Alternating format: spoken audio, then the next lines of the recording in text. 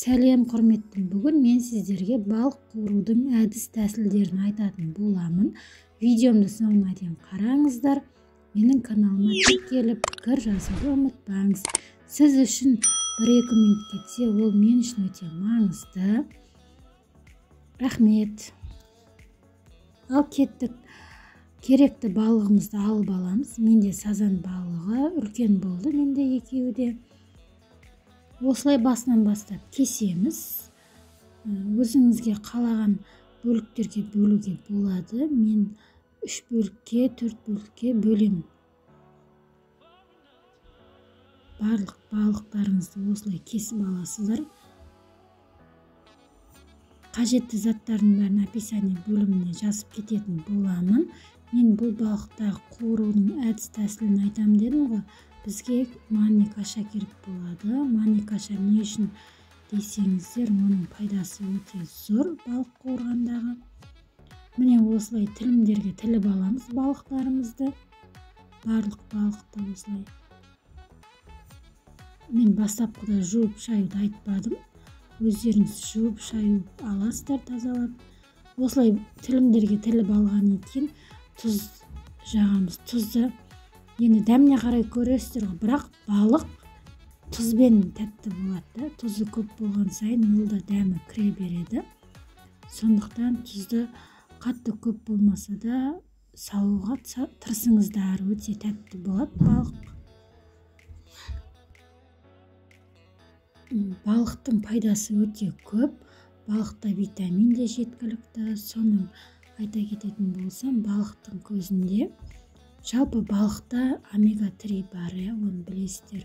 Сондықтан мен басында қуырамын. Келесіде бізге мани каша мен ұн керек болады. Мани каша шамамен 1 кеседей алдым. Онда 1 кеседей алып, екеуін теңдей етіп бірге араластырасыздар.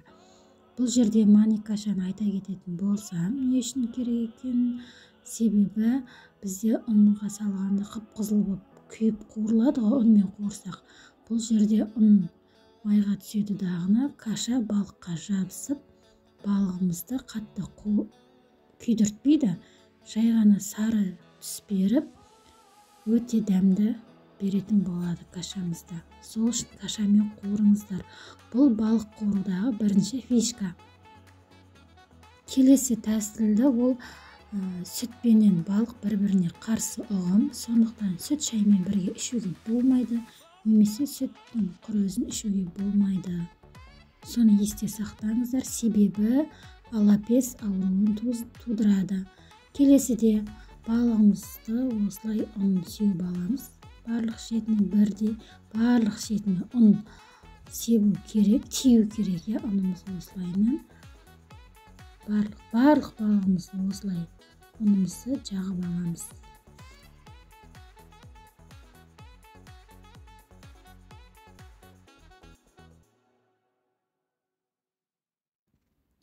Қызып тұрған майға балығымызды салып қуырып аламыз. Қатты қызу керек, асты да қатты жанып тұру керек. Мен көріп тұрғандарыңызда ыдысқа газет төсегеніне, себебі майымызды жаңа газет өзіне сіңіріп алады. Сол үшін бірінші газет төсеп аламын ыдысқа. Бұл да бір әдіс ретінде пайдалансаңыздар болады.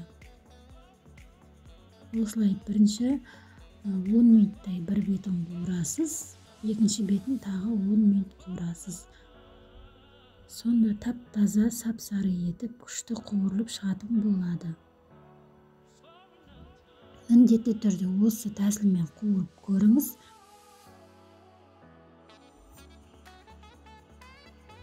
Міне бірінші беті пісті, екінші бетіне аударып алған сәтім. Қарап тұрасыздар, осындай сары түсте болады. Сары түске айналған кезде балығымыз піседі. Сағатқа қарап қуырсаңыздар болады, егерде бірінші рет қуырып жатқан жағдайда.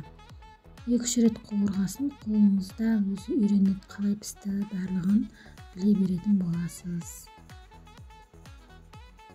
Міне балық пісті, осыны алып дастарханыңызға ұсына бересіз.